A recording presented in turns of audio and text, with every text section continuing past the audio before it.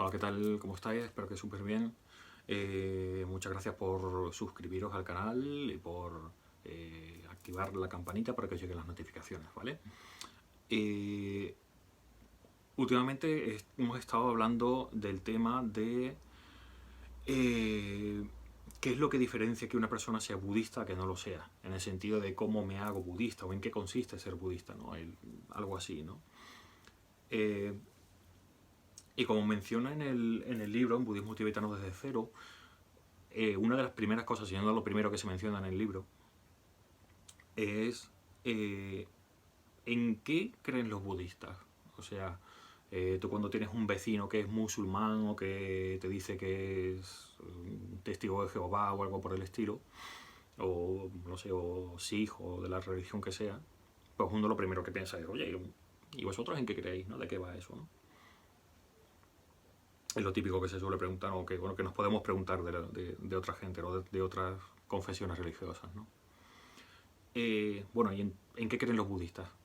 Pues para empezar, un malentendido que hay importante entre la gente que no conoce el budismo es que Buda no es ningún dios, no es ningún profeta, no es nada de eso, no es ningún eh, eh, ser superior, ¿no? Es una persona o fue una persona corriente, como tú y como yo. Lo que pasa es que ¿qué pasó? Desarrolló su mente de forma o hasta el punto de liberarse de todo sufrimiento. ¿Okay? Saliendo de lo que se conoce como samsara, ¿okay? Entrando en nirvana. El nirvana es lo opuesto o la contrapartida del samsara, ¿vale? ¿Qué es el samsara? El samsara es el ciclo constante de, o sea, nacemos, vamos envejeciendo y al final nos morimos, pasas por un proceso intermedio que se llama y vuelves a renacer, vuelves a envejecer, vuelves a morir, etcétera, etcétera, de forma indefinida, de forma infinita, ¿no? Como solemos decir los budistas, desde tiempo sin principio, ¿vale?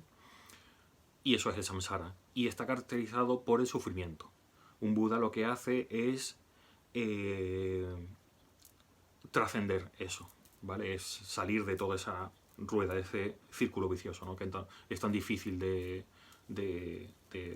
superar, ¿no? Y podemos decir, oye, pero entonces la vida o el ciclo de existencia, ¿no? Lo que son la vida o las vidas en plural, se caracterizan por sufrimiento, dice el budismo. Más de uno dirá, oye, pues yo no sufro tanto, ¿no? O sea, a mí la vida me ha ido bien, ¿no? O no siempre estamos sufriendo y pasándolo mal, ¿no?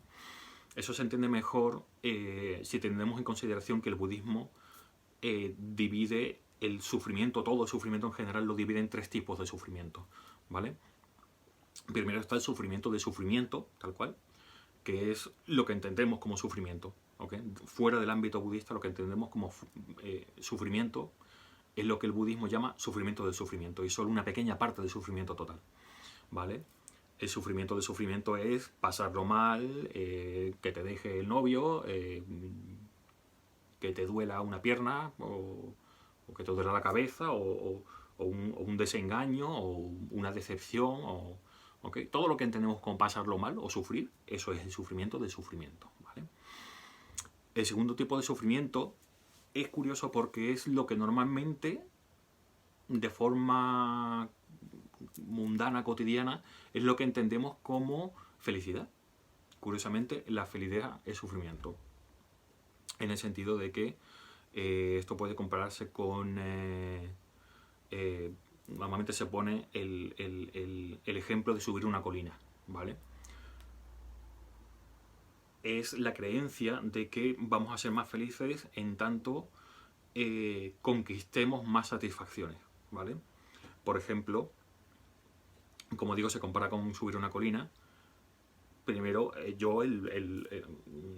sujeto, identifica un objeto y la ignorancia de la mente decide que voy a ser más feliz, aunque solo sea un poquito más feliz, si conquisto ese deseo, ¿no? Si subo a lo alto de esa colina. Así que me involucro todo un proceso que también está envuelto en más sufrimientos, en más penurias, porque, como suele decirse, nada, quiere decir, todo cuesta. Si quieres conseguir una cosa, pues tienes que esforzarte por ello, todo no es gratis, ¿no? No, no es gratis en el sentido de las cosas no te vienen porque sí, tienes que currártelo. Así que en ese proceso que también involucra hacer daño a otras personas, ¿no? O a otros seres, ¿no? O a nosotros mismos también, finalmente conseguimos llegar a la cima de la montaña, que significa conquistar ese deseo, alcanzar esa satisfacción, ¿no? Por fin he alcanzado lo que yo quería, ¿no? Me he comprado ese coche, o he conseguido tal meta, he cumplido tal sueño, ¿ok? O me he comprado el móvil que quería, ¿no? El deseo que sea, ¿no?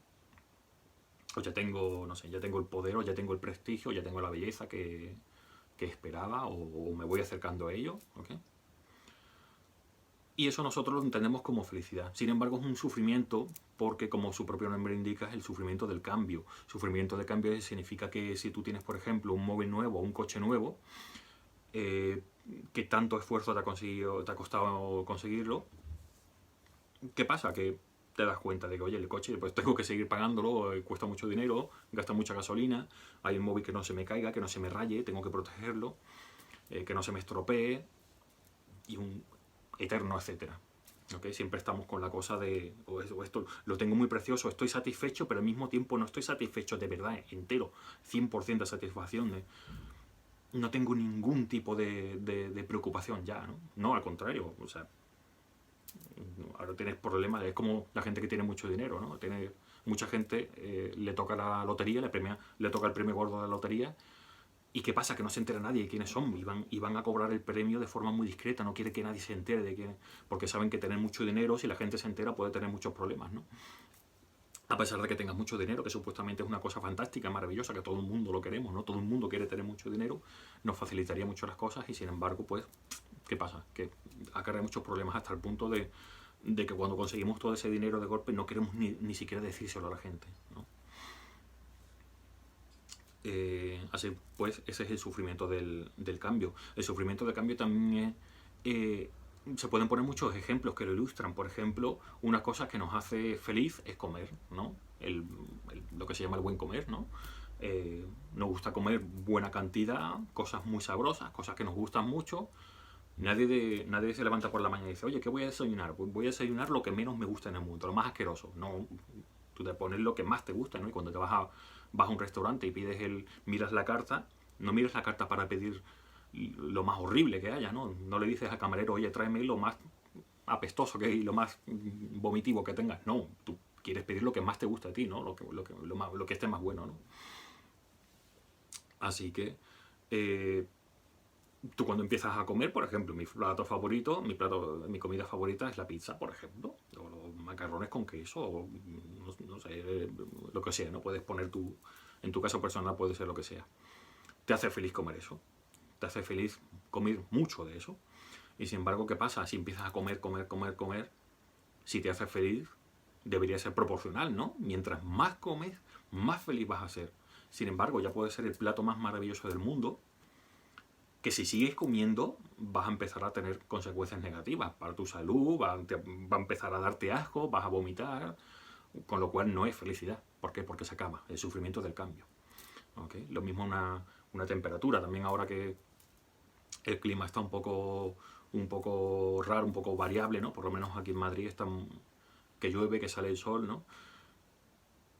Y claro, a lo mejor tú estás en un sitio, una habitación donde está la ventana abierta y dices, pues para ser un poquitito más feliz, voy a cerrar la ventana para que no haga tanto frío. Y voy a poner la calefacción, por ejemplo, o el aire acondicionado. Cierras la ventana, tal, y pones muy fuerte el aire acondicionado porque tú quieres tener calorcito, no quieres estar pasando frío, ¿no? Con el aire que entraba por la ventana, ¿no? Sin embargo, cuando llega un punto en que sube de temperatura la habitación donde estás en un sitio cerrado y tal, pues ¿qué pasa? Porque el calor, en vez de darte de suponer un disfrute, digamos, de ser una ventaja, empieza a molestarte el calor. Y cuando antes querías calor, ahora el calor no lo quieres ver ni en pintura y prefieres que baje la temperatura otra vez. Así que nunca estamos contentos, nunca estamos satisfechos del todo, ¿no? Eso es el sufrimiento del cambio, ¿vale? Y el tercer tipo de sufrimiento es un tipo de sufrimiento, el sufrimiento del cambio sí se ven son universales, digamos. Cualquier filosofía, cualquier forma de pensamiento lo puede comprender fácilmente, ¿no? Sin embargo, la tercera forma de sufrimiento, que es el sufrimiento de los fenómenos condicionados o el sufrimiento que lo abarca todo, también se llama. Se puede llamar de distintas formas, ¿no? Pero generalmente el sufrimiento que todo lo abarca o que lo impregna todo, es un sufrimiento que se estudia específicamente en el pensamiento budista, ¿vale? Y es el mero hecho de, como dije antes, el mero hecho de existir dentro de samsara, el mero hecho de de saber que nada es para siempre, o no que nada sea para siempre, sino que todo es cambiante, y querer aferrarnos a esto y aquello sin darnos cuenta de que va a ir todo cambiando, de que ese coche maravilloso y súper moderno dentro de 10 años será un coche viejo y con muchas reparaciones pendientes. Y el mero hecho de nacer, y un bebé cuando nace sabe que en cualquier momento se puede morir si es que no ha muerto ya, ¿okay? El hecho de que las cosas van cambiando, de que las cosas no podemos aferrarnos a nada, no podemos atenernos a nada porque no hay sustancia que soporte esa existencia, digamos, ¿no? Que soporte en el sentido de que sirva de base fiable. ¿Okay? Vivimos un poco en realidad con el vértigo de que las cosas sean vacías por su parte, ¿no? Que sean vacías en el sentido de que sean vacuas, ¿no? En el sentido de que todo depende de causas y condiciones, ¿no?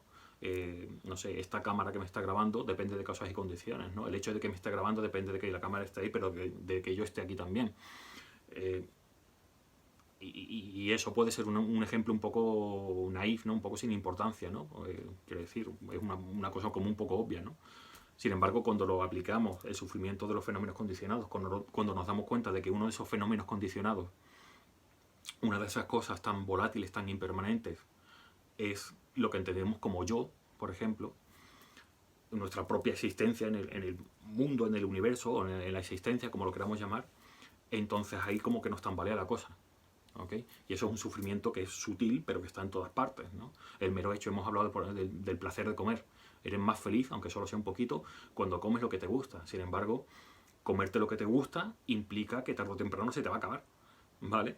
El mero hecho de estar aquí, por ejemplo, yo puedo estar sentado haciendo meditación, puedo estar muy tranquilo, muy tal, pero tarde o temprano voy a tener que ir al baño, o voy a tener que dormir, o voy a tener que comer, porque si no me muero, ¿okay? Y ese es es la relación que tiene el sufrimiento base, el sufrimiento primordial, digamos, que es el sufrimiento que lo abarca todo, que por eso se llama así. La relación que tiene, como digo, con el sufrimiento de pasarlo mal y el sufrimiento del cambio, ¿no? Son tres tipos de sufrimiento que se pueden explicar cada uno por separado, pero en realidad están todos relacionados. Y el sufrimiento primordial, digamos, es ese del que no habla nunca nadie, digamos, ¿no? El sufrimiento que lo abarca todo, ¿vale? Así pues, está samsara y está nirvana, ¿vale? Y en nirvana realmente no es más que la ausencia de samsara, por lo menos para uno mismo, pero para tu propia experiencia individual, personal. Entrar en samsara significa salir de nirvana, ¿vale?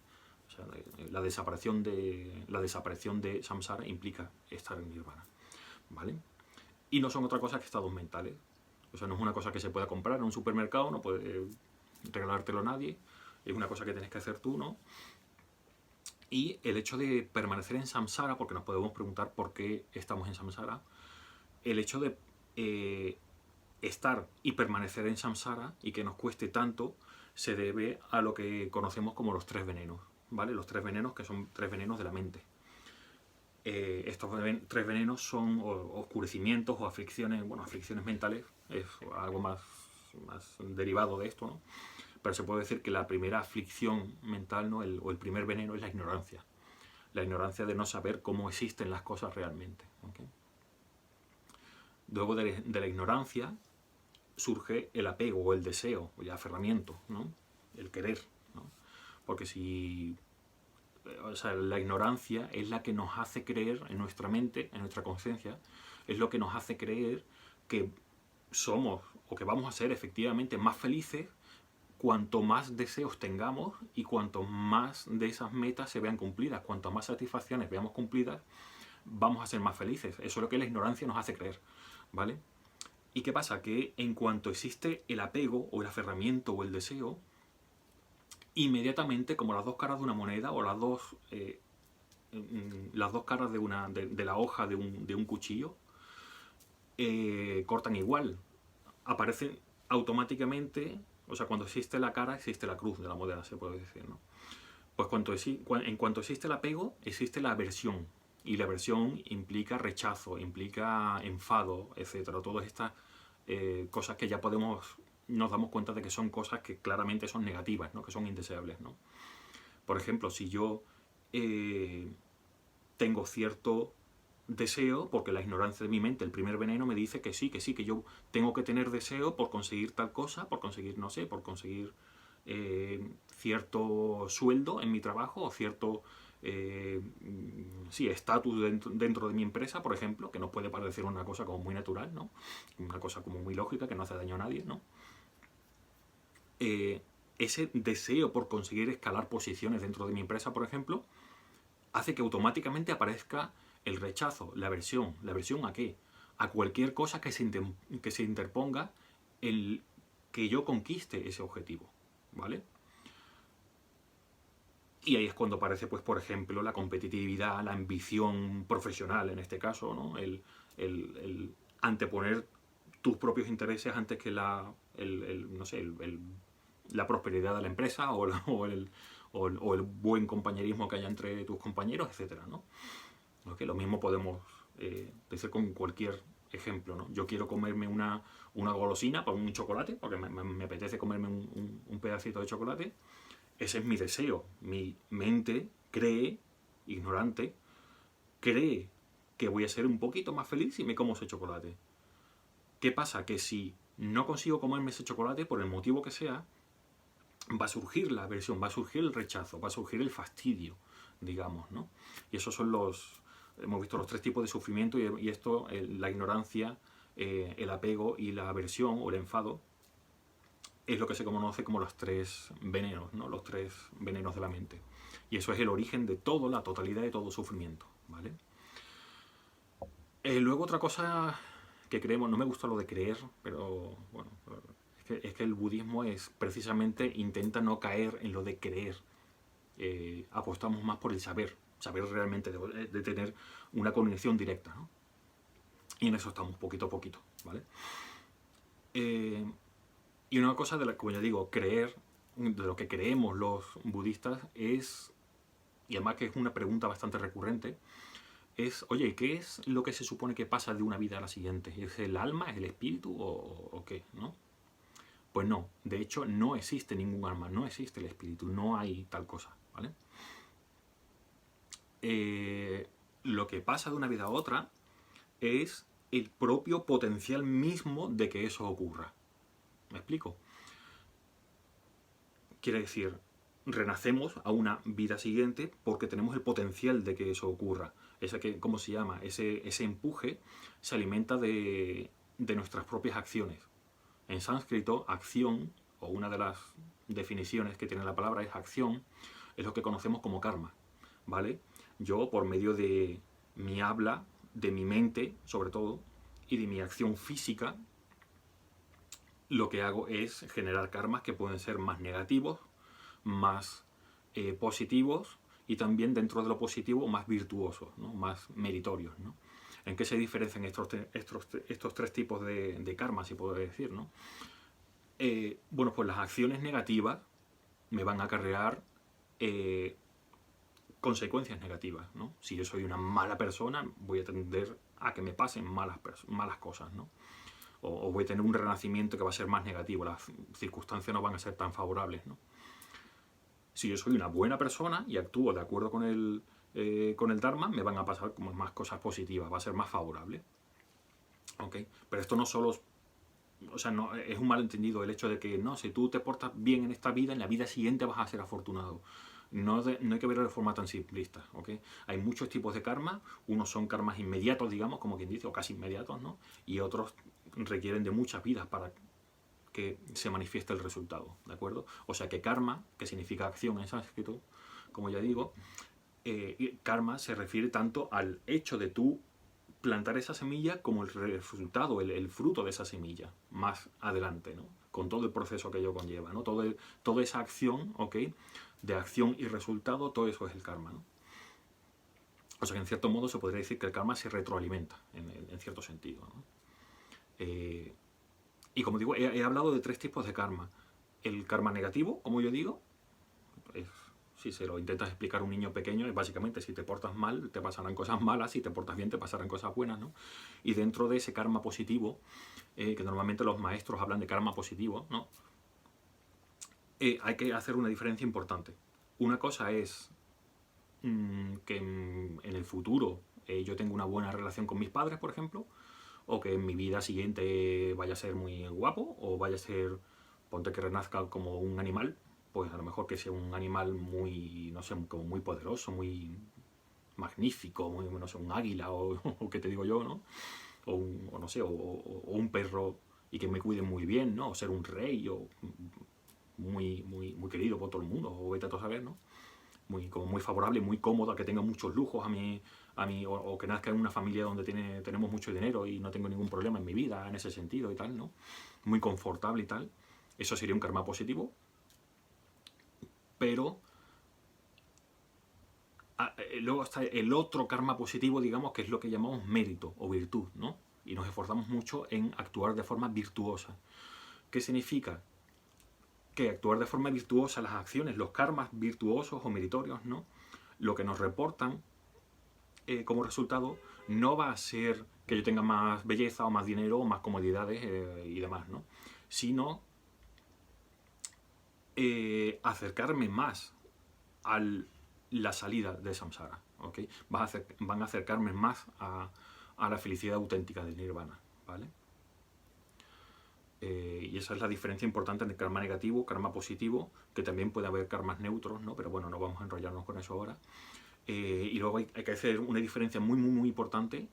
Yo creo que, de hecho, muchas veces yo insisto mucho en ello precisamente porque veo que no se insiste demasiado en ello, no se deja clara la diferencia entre karma positivo, que te va a traer, te va a reportar facilidades o comodidades o felicidad, pero una felicidad mundana, del mérito o la virtud, ¿no? Que son acciones acordes con el Dharma y que te van a reportar una felicidad auténtica, ¿vale? Que son acciones como, por ejemplo, practicar la paciencia, la bondad, la pues, empatía por los demás, la compasión, etcétera, ¿no? Que son virtudes que van más allá de hacer lo que tengas que hacer para ser guapo, rico y famoso, como quien dice, ¿no? O tener muchas comodidades, ¿no? Y este funcionamiento del karma se desarrolla sobre distintos fundamentos. Posiblemente el fundamento más importante en el que se sustenta todo este mecanismo es primero la comprensión, aunque solo sea hacerte una idea de cómo va el tema, luego interiorizar más el hecho de que las cosas son así y luego llegar a ver, experimentar tú en persona una cosa muy importante que es cómo son las cosas realmente, ¿vale? Alcanzar una verdad auténtica, no una verdad como concepto religioso, ¿no? O sea, no, oye, tú tienes que ser de esta religión porque aquí tenemos la verdad, ¿no? La verdad con mayúsculas, no se trata de eso, sino la verdad en un sentido empírico, en un sentido que no depende de ninguna religión ni de ninguna, como digo, de ninguna creencia. No se trata de creer, sino que de las cosas sean como son realmente, ¿no? Y el budismo se dedica a estudiar eso, de intentar acercarse a eso lo máximo posible, todo lo posible, ¿no? ¿Okay? Y como digo, una de las cosas, uno de los fundamentos básicos sobre las que se monta, digamos, ese proceso de acercarse más a la extinción del sufrimiento, al fin del samsara, digamos, ¿no? Es comprender las dos realidades, lo que llamamos las dos realidades o las dos verdades, ¿no? Por ejemplo, ya que tengo la mano delante, un ejemplo. Pues esto se puede aplicar a cualquier cosa, ¿vale? Y me refiero a cualquier cosa que te pueda llegar a imaginar. Mano, ¿de acuerdo? Todos entendemos lo que es una mano. Esta concretamente es mi mano izquierda, ¿vale? Que tú dirás, bueno, es una cosa obvia, es evidente, ¿no? Ya sé que es tu mano, ya sé que es tu mano izquierda. Si tú ahora mismo te miras tu mano izquierda, pues narices, ya sé que es una mano izquierda, ¿no? No hace falta que me lo diga nadie, ¿vale? Pero claro, la mano izquierda no está ahí desde antes de que el universo existiera, no estaba tu mano izquierda ahí flotando, ¿verdad? Ni la mía tampoco, ¿no? Nuestra mano izquierda depende de factores como son causas y condiciones, ¿vale? Depende de esas dos cosas, causas y condiciones, ¿no? La causa es el potencial, la posibilidad, no sé cómo decirlo, la plausibilidad, no sé si existe la palabra.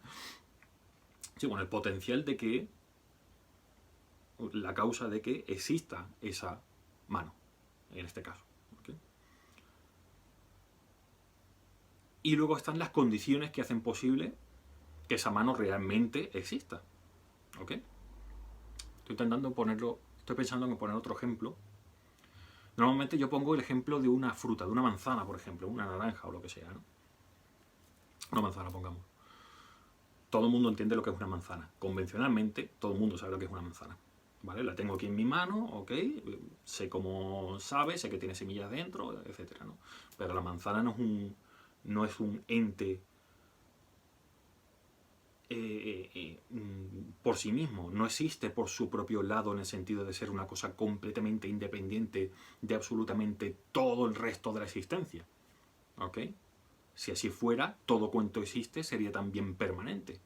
¿Ok?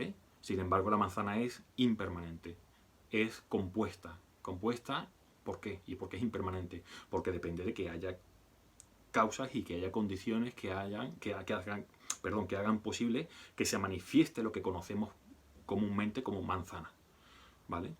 Y que en otros idiomas lo llamarán de otra forma, sin embargo sigue siendo el mismo fenómeno, ¿no? El mismo objeto, la misma cosa, ¿no?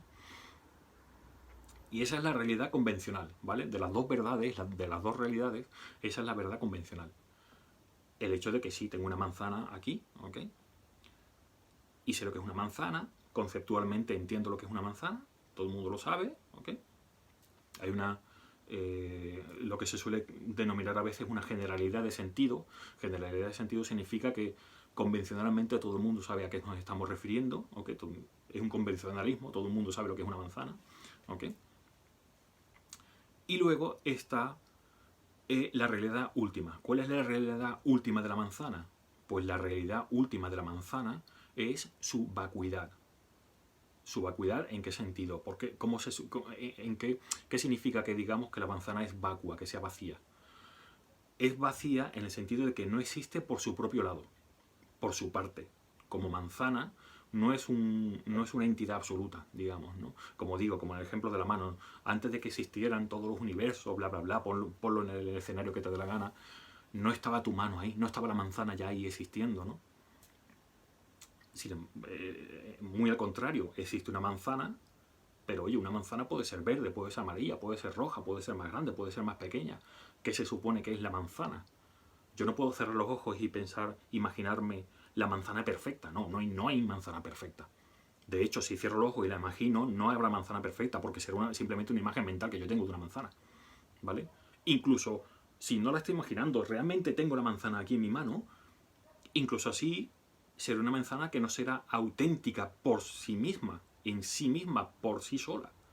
Porque dependerá de qué, de que se haya desarrollado en el sentido de que porque surge de un bulbo que salió en el árbol, pasando por todo el proceso de flores, de germinación de la semilla, todo el crecimiento de lo que es el árbol, la maduración del propio árbol desde que surge del suelo el brote hasta que realmente es capaz de dar frutos, que puedan considerarse manzana, y eso viene a su vez de una semilla, esa semilla a su vez dependía de condiciones a su alrededor, como la humedad relativa del aire, como el porcentaje de humedad del suelo, los nutrientes del suelo, que le diera el sol, el porcentaje de, tú sabes, el grado de oxígeno que hubiera en el aire, que no lo destruyera nadie por el camino, que te digo yo, de una infinidad de condiciones que esa semilla sí estaba ahí, ¿vale? Nunca mejor dicho lo de semilla, hablando de una planta, ¿no?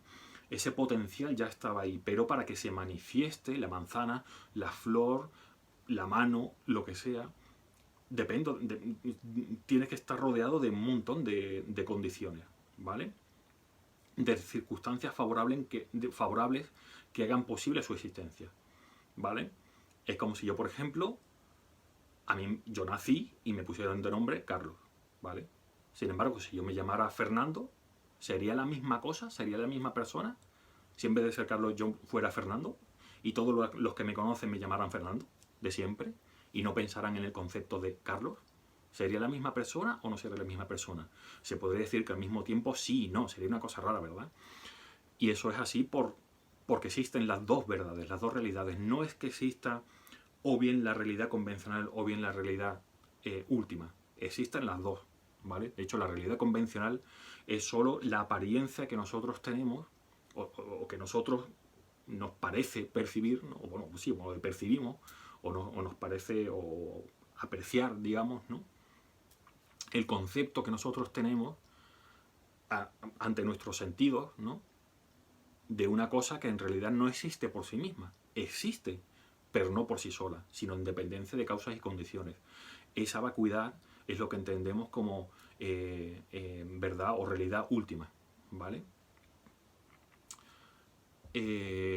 Esa es la misma razón, hablando de cosas en las que creemos los budistas, ¿no? Esa es la misma razón por la que no contemplamos la existencia de Dios. Dios en mayúscula, como Dios todopoderoso, omnipotente, creador y tal. El budismo no tiene nada de eso. En ese sentido somos ateos, ¿no? No pensamos que haya ningún creador de nada, ni que el universo o los multiversos fuera creado por nada ni nadie en ningún momento en particular. ¿Okay?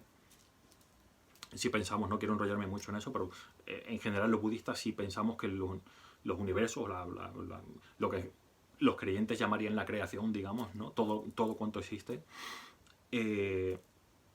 aparece y desaparece en el sentido, los universos, digamos, ¿no?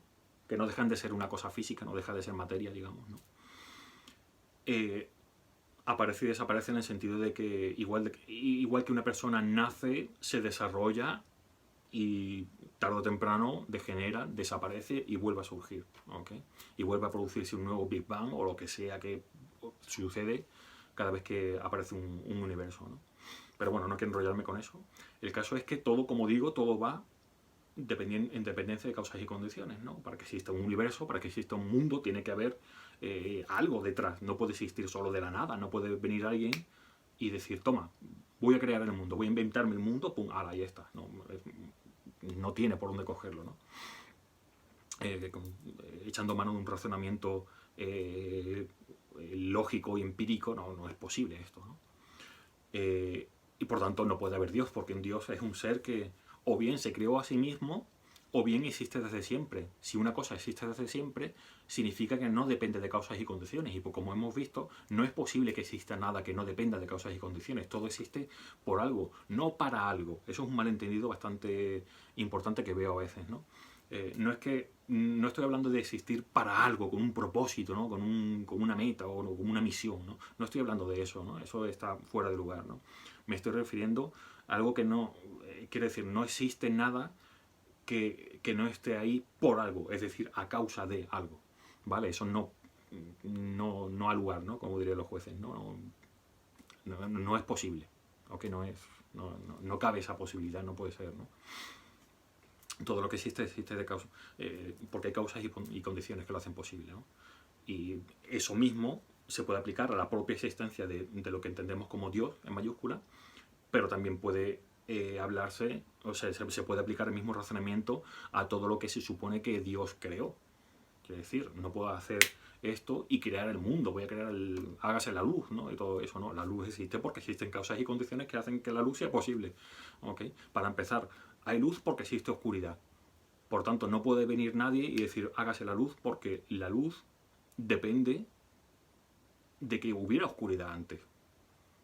Y la oscuridad no existiría de no ser por la ausencia de luz, ¿vale?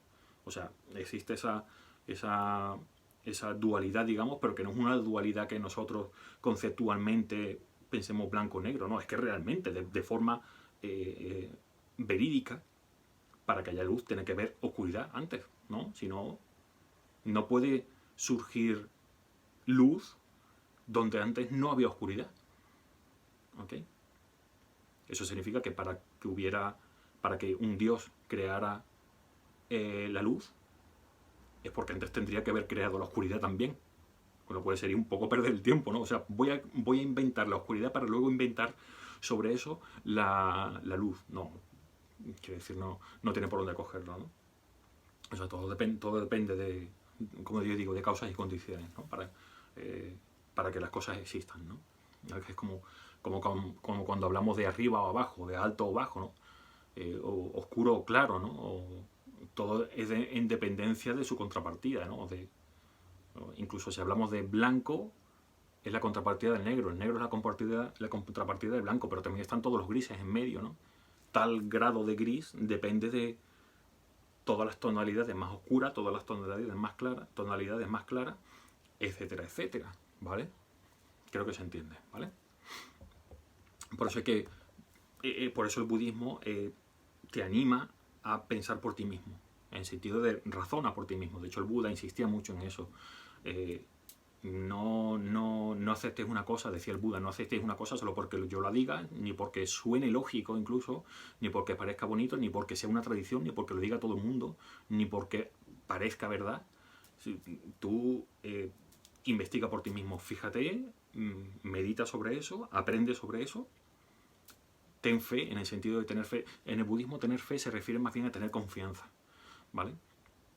Ten confianza en lo que los maestros están explicando, lo que yo como Buda te estoy explicando y tal, pero compruébalo tú por ti mismo, ¿no? Eso no significa tampoco, porque me he encontrado con gente que profesa el budismo, pero son como muy críticos, son como muy escépticos por naturaleza. No, el Buda dijo que hay que ser escéptico. No, escéptico es que de entrada una cosa no te la crees. Y hasta que no me la creas, hasta que yo la veo con mis propios ojos, eso no puede ser posible. No, eso tampoco es, ¿vale? El budismo lo que te dice es que tengas fe, que tengas confianza en el sentido de que seas abierto de mente. De que las cosas a lo mejor pueden ser como tú te parece, pero pueden no serlo. Eso no significa que tengas que tener ya una visión determinada y a partir de ahí ya veremos si me lo creo o no me lo creo. No se trata de eso. Se trata de tener una mente abierta. ¿Okay? Empezando por el hecho de reconocer que uno perfectamente puede estar equivocado. ¿Vale? Esa honestidad interior es muy importante. No hay que confundir la sinceridad, ¿no?, con la honestidad, y una honestidad profunda con uno mismo, ¿no? Mirarte al espejo y reconocer, oye, perfectamente puedo estar equivocado, no lo sé todo, ¿vale? Luego, otra cosa es que, sobre todo en budismo tibetano, hay muchas imágenes, muchos budas, muchas estatuas, muchas pinturas, ¿no?, de seres que podríamos considerar seres santos, seres iluminados, etc. Pues bien, no se rinde culto, ni pleitesía, ni adoración a nada ni a nadie, ¿vale? No se hacen sacrificios, no se hacen, en el sentido cristiano, no se hacen promesas en el sentido católico, no se cumplen penitencias, no se piden favores al estilo católico, ¿no?, a los seres santos, ¿no? Esos seres santos están ahí, pero todo lo que son los ofrecimientos, las alabanzas que se le dedican, todas las postraciones que se hacen, todo esto que parece muy como de someterse a los dioses, ¿no?, por decirlo así, a las deidades, ¿no?, o las divinidades, ¿no?, en realidad, aunque sí existan también, en realidad existen, pero esos seres, sobre todo, lo que el papel más importante que tienen para con nosotros es que comprendamos que representan cada uno de ellos, por lo general, a distintos aspectos de la propia mente iluminada, ¿vale? Por eso muchas veces hablamos que si el Buda de la compasión, que si el Buda de la actividad compasiva de todos los Budas, que si etcétera, etcétera, ¿no? El amor bondadoso, la sabiduría, etcétera, ¿no? O sea, no son dioses en el sentido hindú, por ejemplo, ¿okay? No se rinde culto a nada, ¿no? No hay un sometimiento espiritual en ese sentido, ¿vale? De seres superiores y nosotros os ofrecemos cosas para obtener favores o para teneros contentos. Eso no existe en budismo. Más bien, cada uno de ellos representan aspectos de nuestra propia mente, que en esencia, si nos quitamos toda la ignorancia, todo el apego, el aferramiento, el rechazo y tal de encima de la mente, en realidad lo que queda es la mente primigenia, la mente auténtica, que es una mente pura, limpia, cristalina, etcétera, que es la mente de un Buda, la mente iluminada, la mente que no sufre. ¿Okay? Si sufrimos es a causa, como decía antes, de todos esos, sobre todo a partir de los tres venenos de la mente, los tres venenos de la mente, ¿no? Recordamos que la ignorancia que da lugar al aferramiento o el deseo, que da lugar al rechazo, ¿vale? Por ejemplo, un ejemplo de qué hacemos con todas estas estatuas y demás. No estatuas, la estatua es lo de menos, ¿no? Es la presencia de ese ser, digamos, iluminado, ¿no? Cuando hacemos, por ejemplo, postraciones, ¿no? Incluso nos tiramos en el suelo para hacer postraciones, que es algo tan popular en las tradiciones tibetanas, esas postraciones se hacen con respeto, por supuesto, hacia ese ser que tenemos delante, aunque sea representado, pero lo tenemos delante, o hacia los maestros o lo que sea, pero ante todo se hace porque es un método, y además bastante eficaz, realmente, de aplacar nuestro propio ego. Cuando tenemos el ego un poco hinchaete, ¿vale? Que ese es un gran...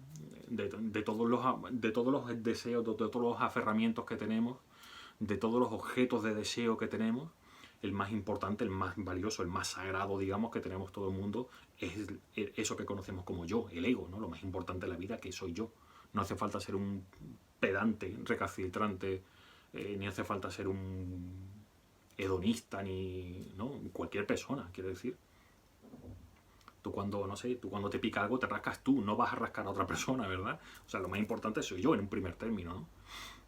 Todo parte de beneficiarme a mí y luego los otros pues ya veremos, ¿no? lo que hacemos, ¿no? En cierto modo es también valioso, ¿no? Porque tenemos que cuidarnos para poder cuidar a los demás, ¿no? Es un poco como cuando si habéis viajado en avión, veréis que cuando cae alguna despresurización de la cabina o lo que sea, y cae la máscara de oxígeno, las instrucciones de seguridad te dicen que por favor te pongas tú primero tu máscara y luego ayude ya, si vas con un niño o lo que sea, entonces la ayuda es, pero primero te pones tú tu mascarilla, porque si no, no vas a poder respirar y no vas a poder ayudar a nadie, ¿no? No solo para que tú te salves la vida y puedas respirar, sino porque si no, no puedes ayudar a nadie, ¿ok? Esa es la razón. Y así que hay que ser, como suele decir el budismo, hay que ser compasivo con uno mismo, pero compasivo en un sentido sabio, hay que ser sabiamente compasivo con uno mismo. O sea, hay que cuidarse uno mismo, pero no porque el ego crea que se lo merece, ¿vale? Eso hay que desterrarlo, ¿okay? No porque el ego dice, no, yo que soy más importante, por eso me cuido yo. No, hay que cuidarse porque así podemos beneficiar a los demás, ¿no? Si no nos cuidamos nosotros, pues no podemos, ¿no? No tenemos fuerza, no tenemos las herramientas para beneficiar a los demás, ¿no? Y las postraciones, como decía, por ejemplo, es un simple ejemplo, son una forma de rendir homenaje a todos esos seres iluminados, a los maestros, a los budas y tal, pero ante todo son una forma de yo reducir un poco mi ego, ¿vale? Luego, mucha gente pregunta también, no solo principiantes, sino en general, el mundo, en cierto modo, se pregunta, oye, pero ¿el budismo qué es realmente? Incluso muchos budistas se lo preguntan, ¿no? ¿El budismo es una religión? ¿Es una ciencia? ¿Es una filosofía? ¿Es un modo de vida? ¿Qué es? Bueno, su santidad el Dalai Lama muchas veces lo explica muy claramente. Es las tres cosas, ¿vale? Es una ciencia, es una filosofía y es una religión. Los que somos budistas practicamos las tres, practicamos la religión, la ciencia y la filosofía. Las personas que no son budistas no tienen por qué practicar la religión, evidentemente. No tienen por qué hacer rituales, no tienen por qué recitar oraciones, etc. Pero sí pueden estudiar, por ejemplo, cómo existen las cosas realmente, lo que hablamos de la existencia de la manzana, ¿verdad? Y pueden... eso está muy relacionado también con la filosofía, ¿no? La filosofía de cómo existen realmente los fenómenos, qué es la felicidad, qué no es la felicidad, cosas así, ¿no? ¿Okay? Así que podemos decir que son las tres cosas, una religión, una ciencia y una filosofía, ¿vale? A veces se dice que es una forma de vivir, un modo de vida, sí, vale, pero es un modo de vida que está fundamentado en esas tres categorías, digamos, ¿no? Luego hay distintas formas de budismo. Y depende de la motivación que tenga cada cual. Por ejemplo, yo puedo tener la motivación de alcanzar el nirvana, porque no quiero sufrir y quiero convertirme en lo que se llama un arhat. Un arhat es un Buda, pero cierto grado de budeidad, por decirlo así. ¿Eso qué significa? Que, bueno, que mi motivación es esa. Yo lo que quiero es dejar de sufrir y por eso quiero desarrollar mi mente de forma que alcanzo el estado de un arhat. Quiero decir, salgo de samsara. Ya no tengo que volver a reencarnarme, me quedo ahí en nirvana. Iba a decir disfrutando, no es que se disfrute, es que se trasciende el disfrute. Ya no hace falta el disfrute para ser feliz, ¿no? Precisamente por eso es una felicidad auténtica, ¿vale? El nirvana. Antiguamente, después de desaparecer el Buda Shakyamuni, hace 2600 años más o menos, se desarrollaron en India alrededor de 18 o 20 escuelas, ¿no? Budistas, ¿no? Pero solo se conserva una, que es la que ahora conocemos como Theravada. El budismo Theravada lo que busca es eso, es el pratimoksha, la liberación individual. Liberación individual en el sentido de que yo quiero desarrollarme, quiero meditar, etcétera, convertirme en una persona más sabia hasta el punto de salir del nirvana, salir del samsara y entrar en nirvana y me quedo en nirvana, ¿vale? Luego a partir de eso surgió en el siglo I o II de la era cristiana, surgió el budismo Mahayana. Mahayana significa vehículo grande, vehículo superior o vehículo o tradición ampliada, digamos, ¿no? Más abierta o más... no quiero decir superior a la liberación individual, no superior porque sea mejor realmente, sino porque en última instancia depende de la motivación personal que tenga cada cual, ¿no? Pues empezó a surgir gente que dice, oye, yo quiero, porque se observó por medio de las propias capacidades de la gente iluminada, se dieron cuenta de que yo puedo iluminarme, pero puedo no quedarme en nirvana. Puedo alcanzar el nirvana, pero no para quedarme ahí y no sufrir más y ya está, sino para beneficiar a los demás. ¿Okay? Así que voy a buscar el nirvana, pero no para quedarme ahí, sino para beneficiar a los demás. ¿Okay? Para tener herramientas y como un Buda que soy, pues beneficio a los demás, ¿no? Eso es lo que se llama, esto ya no sería un arhat, ya sería un bodhisattva, ¿vale?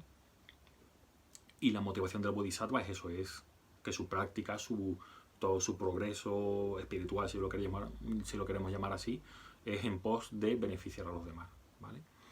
Y por eso se tiene la capacidad, existe la posibilidad de que una vez uno entra en nirvana, no te quedas ahí, sino que vuelves a reencarnarte de forma voluntaria, ¿vale? Siempre en beneficio de los demás.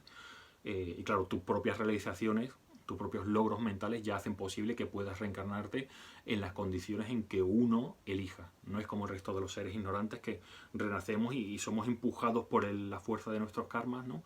Y ahí donde renazcamos, con más o menos sufrimiento, pues ahí nos ha tocado, digamos, ¿no? Ahí no lo hemos buscado, digamos, cada uno, ¿no? Por el poder de nuestra propia ignorancia, ¿no?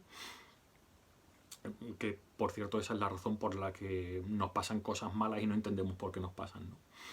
Okay. Y luego, dentro del Mahayana, aparece lo que practicamos en el budismo tibetano, que es el Vajrayana. El Vajrayana, o vehículo del diamante o del rayo, ¿no? Porque en sánscrito la misma palabra Vajra se puede aplicar al rayo, el poder de un rayo, el poder fulminante de un rayo, ¿no? Se aplica también a lo que entendemos como diamante, el poder de la dureza, la contundencia de un diamante, ¿no? Que es capaz de cortar cualquier otro material, ¿no? Otro mineral, ¿no? Son la misma palabra, ¿no? Es Vajra, ¿no? Y es lo que se conoce como budismo tántrico, ¿vale? Budismo esotérico, si quieres llamarlo. ¿Okay? Esotérico, ¿qué significa? ¿No? Porque la palabra esotérico está como envuelta un poco en misterio y tal. En realidad simplemente significa que son enseñanzas y prácticas, rituales y demás que se transmiten de maestro a discípulo, en una tradición, por lo general, una tradición oral, ¿vale? Desde sus principios, ¿no? Y aunque sobre todo se desarrolla en Tíbet, también en Japón, y bueno, Nepal y demás, pero tiene su origen en la antigua India, ¿vale? De hecho es la misma, los tantras no son más otra cosa que los textos tántricos, ¿no? Y las prácticas que se fundamentan en esos textos, ¿no? Todo eso lo llamamos tantra, y la forma de pensamiento un tanto particular que se tiene, ¿no? Todo eso es lo que conocemos como tantra. viene de la antigua India y es realmente es de la misma familia, digamos, ¿no? Por no decir que es prácticamente lo mismo que las prácticas yógicas, ¿no? Las prácticas de hecho, a cualquier practicante tántrico, budista, se le llama yogi o yogini, ¿no? En sánscrito, ¿no? Eh, o sea, no solo se refiere a que podamos hacer yoga kundalini o hatha yoga y esta clase de cosas, no tiene nada que ver, ¿no? Quiero decir, no tiene nada que ver en el sentido de que no necesariamente hacemos esas cosas, ¿no? Pero que todo viene de esas. Y sí, existe los yogas tántricos, los ejercicios de yoga avanzado tántrico, esotérico, como digo, ¿no? Que son prácticas bastante avanzadas, ¿no? Y quiero hacer mucho hincapié en el sentido de que se habla de los tres vehículos. El vehículo mal llamado inferior, ¿no? Digamos el de la liberación individual, ¿no? Injustamente llamado inferior, o hinayana, ¿no? Una palabra que se intenta no utilizarla porque históricamente siempre ha tenido como una connotación peyorativa, o como de... sí, peyorativa, ¿no? Cuando no debería ser así. Está ese vehículo de liberación individual, luego está el Mahayana, que es para beneficiar a todos los seres, y el tercer vehículo no es que surja del Mahayana, es un malentendido muy consistente que veo muchas veces, ¿no?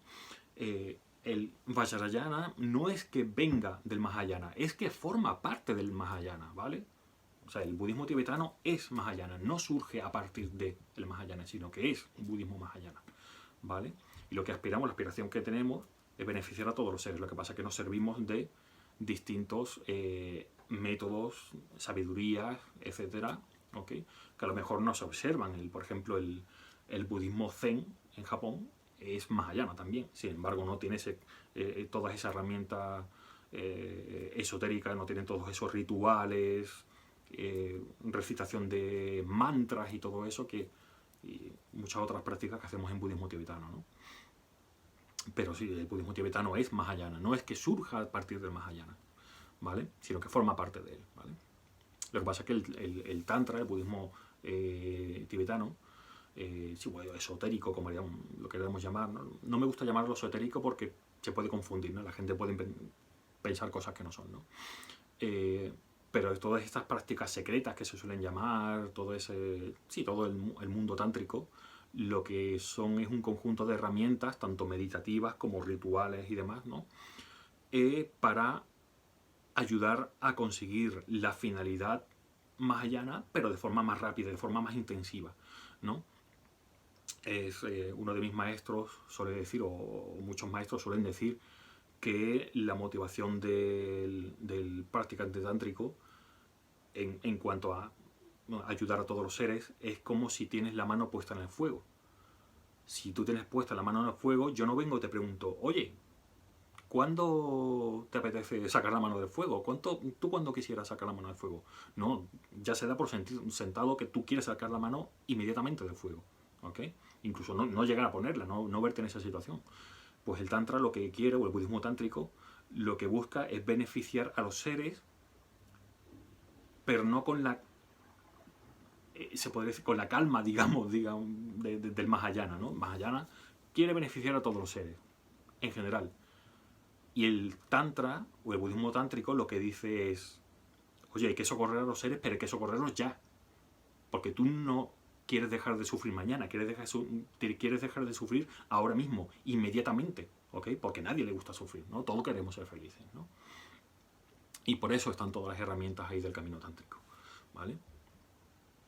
Así pues, ¿cuál es la diferencia entre una persona que es budista y otra persona que no es budista? Pues en la persona budista sí existe lo que se conoce como renuncia. Renuncia en el sentido de renunciar a samsara, estar harto de samsara, básicamente. Ese aburrimiento de tener que estar renaciendo, envejeciendo, enfermando, muriendo, volviendo a renacer, muriendo, volviendo a renacer, muriendo, etc. ¿Vale? Es como el hastío, ¿vale? El no verle ya sentido a seguir siempre dando vueltas, ¿no? A veces mejor, a veces peor, A veces me compro el cochazo, a veces no me lo compro, a veces consigo el móvil, a veces no lo consigo. Toda esa impermanencia como que ya harta, ¿no? Ese cansancio, ¿qué sentido tiene esto? ¿No? Eso es lo que se conoce como renuncia, ¿vale? Y un budista, evidentemente, pues tiene eso en cuenta. Una persona que no es budista, pues no tiene, porque no piensa en eso de samsara, ni nirvana, ni nada de eso, ¿no? Los budistas tenemos todo eso en cuenta, ¿vale? Digamos que somos a lo mejor más conscientes de pensar cosas como, por ejemplo, qué sentido tiene no la vida, sino la existencia, ¿no? Puesto que comprendemos que la existencia no es solo una vida, sino que son todo el conjunto, la existencia general de vida tras vida, tras vida, tras vida, tras vida. ¿Okay? Con lo cual para nosotros no tiene sentido, por ejemplo, el suicidio, por ejemplo, ¿vale? Porque no, quiero decir, una persona se suicida porque está harta de esta vida, pero claro, esta vida es solo esta vida. A lo mejor te suicidas y resulta que tienes una vida todavía más miserable, ¿no? Y de hecho, sabiendo cómo funciona el karma, de hecho lo más probable es que acabes efectivamente teniendo una vida mucho más, o muchas vidas mucho más miserables que esta, que tanto te asquea, ¿no? O sea, nosotros ese hastío, ese aburrimiento, ese hartazgo, es de la existencia en sí, en samsara, ¿okay? Lo que queremos es trascender toda la existencia mundana en general, ¿no? O sea, no mundana, ordinaria, digamos, ¿no? Y queremos aspiramos a ser seres iluminados ya, ¿no? Eso es algo muy importante en el pensamiento budista, ¿no? En qué se diferencia una persona que es budista de la otra persona que no lo es, ¿no? Y luego otra cosa es que los budistas hacemos una cosa básica y fundamental, que es tomar refugio. ¿Y en qué tomamos refugio? Que ahora miraremos qué es. Tomamos refugio en lo que llamamos las tres joyas, ¿no? Todos tenemos objetos de refugio. Todos nos refugiamos en algo, en el sentido de las cosas te van mal en la vida, tienes una vida muy miserable y tal, las cosas te van mal, pues a lo mejor buscas refugio y encuentras, entre comillas, refugio en el alcohol, por ejemplo. Otra gente tiene refugio, encuentra su refugio o lo tiene ahí delante, aunque no recurra a él, pero digamos se dirige en esa dirección. ¿De qué te digo yo? Nos refugiamos en el éxito personal, en nuestra carrera profesional, en el sexo, por ejemplo, en el alcohol, no solo no estoy refiriendo a solo cosas malas, ¿no? Por ejemplo, hay gente que se refugia y que lo más importantísimo para ellos en la vida entera es la familia, por ejemplo, o tener dinero, tener ahorros, ¿no? Para muchas personas, tú le preguntas ahora mismo, te vas a la puerta del lado, le preguntas al vecino, oye, ¿qué es lo más importante para ti en la vida? Te va a decir, pues la familia, es el bienestar, la comodidad, tener dinerito, o ser guapo, ¿ok? Y parece un poco naif, pero no hay más que echar un vistazo a las redes sociales, sobre todo según cuáles, para darnos cuenta hasta qué punto para muchas personas la belleza o la imagen personal que uno ofrezca es importantísima, de hecho es lo más importante, ¿okay? Sin embargo, no nos damos cuenta que a lo mejor puede ver una persona que es increíblemente bella, una persona increíblemente guapo o guapa, y que tiene un corazón espantoso, ¿vale? O que tiene valores que no son precisamente dignos de admiración, ¿no? Y así que todos tenemos objetos de refugio. En la tecnología, en internet, en lo que sea, ¿okay? En la tranquilidad, en la fiesta, en la música, ¿okay? Todos tenemos objetos de refugio. Todos tenemos una cueva ahí donde o pretendemos refugiarnos de todo, ¿no? Que nos acoge, que nos salva, digamos, ¿no? O eso creemos nosotros, ¿no? Sin embargo, si nos fijamos en sus cualidades, de todas estas cosas, objetos de refugio, o todos esos refugios que tenemos, ¿no? Refugios mentales, ¿no? Que nos hacen sentir bien, ¿no? Con respecto al resto de nuestra vida, nos damos cuenta de que en realidad no nos ofrecen una felicidad auténtica, ¿vale? Nos damos cuenta de que todos son disfrutes temporales, como quien dice, ¿no? Por ejemplo, si, no sé, el primer ejemplo que he puesto es el alcohol. Si las cosas te van muy mal en la vida, hay gente que se da a la bebida, ¿no? Como se suele decir, se bebe para olvidar. Y evidentemente no es lo mejor que puedes hacer para alcanzar la felicidad, ¿no? Eso queda un poco queda claro, ¿no? Nos damos cuenta que los placeres no están ahí siempre. El ejemplo también del sufrimiento del cambio que dijimos, de comer tu comida favorita. Y me olvido de todo y, no sé, me deprimo un poco y me da por comer, ¿no? Es mi refugio la comida, ¿no? Pues te vas a comer, pero mientras más comes, peor lo pasas, ¿no? Te pones enfermo o lo que sea, ¿no? O las drogas no sé, la adicción.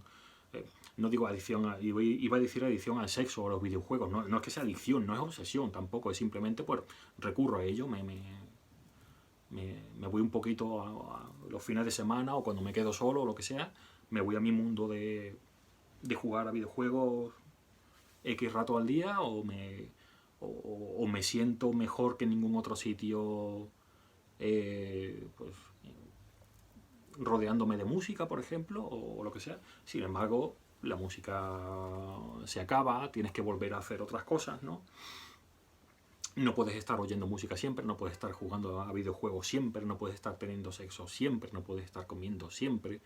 Llega el momento en que conducir tu Ferrari o tu limusina ya no te da igual, o incluso te harta o te cansa, o empiezas a ver que tiene inconvenientes, ¿no? Así pues que objetos de refugio son válidos, ¿no? Pues los budistas tomamos refugio en lo que se llaman las tres joyas. Esas tres joyas son el Buda, el Dharma y la Sangha. El Buda normalmente se suele comparar, se suele decir que el Buda es como un médico. El Buda lo que hace es decirnos, oye, tengo un diagnóstico para ti. Ese diagnóstico es que experimentas sufrimiento, efectivamente. Y por los ejemplos que acabo de poner, pues es imposible no darse cuenta de que efectivamente, incluso cuando estamos disfrutando, que no está mal, ojo, el budismo no dice que no puedas disfrutar de tu Ferrari, que no disfrutes de tu comida, que no disfrutes del sexo, que no te tomes un vinito cuando te dé la gana, ¿no? Bueno, cuando eres budista ya eso hay que limitarlo un poco, ¿no? Pero bueno, quiero decir que no está diciendo, el budismo no quiere decir, o la renuncia no quiere decir, no, ya no quiero saber nada de placeres mundanos. No se trata de eso, ¿ok? Es un malentendido también importante que hay, ¿no? De parte de la gente que no es budista, ¿no? No, ya no quiero nada, no voy a tomar... El dinero es veneno, no. ¿Okay? O sea, el budismo no cree en eso realmente, ¿vale? Algunas facciones, digamos, más ortodoxas, las formas más ortodoxas de algunas formas de budismo, budismo más clásico, digamos, ¿no? Más conservador, digamos, ¿no? A veces, incluso no siempre, los monjes, por ejemplo, que son muy tradicionales, a lo mejor se niegan no quieren tocar el dinero, por ejemplo, ¿no? Pero simplemente porque existe el riesgo de que tu mente, si se da cuenta de las cosas que puedes conseguir con dinero, hay como una degeneración, digamos, ¿no? de esa mente ya más liberada, más evolucionada, digamos, más limpia, más auténtica, ¿no? Más feliz, realmente, ¿no? Por eso prefieren no juntarse con esas cosas, ¿no? Pero quiero decir, no, el budismo no dice que no puedas disfrutar de todas esas cosas, ¿no? Que no tengas pareja sentimental, no. Puedes tener relaciones, puedes tener novio, puedes tener novia, puedes casarte, puedes tener hijos, no significa, no, los padres como son temporales ya no quiero a mis padres, ¿no? Ya no voy a decirles que las quiero, no, eso es una tontería pensar así, ¿no?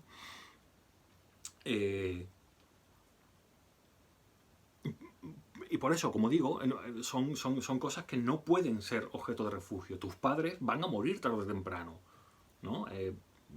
No van a estar ahí siempre, ¿no?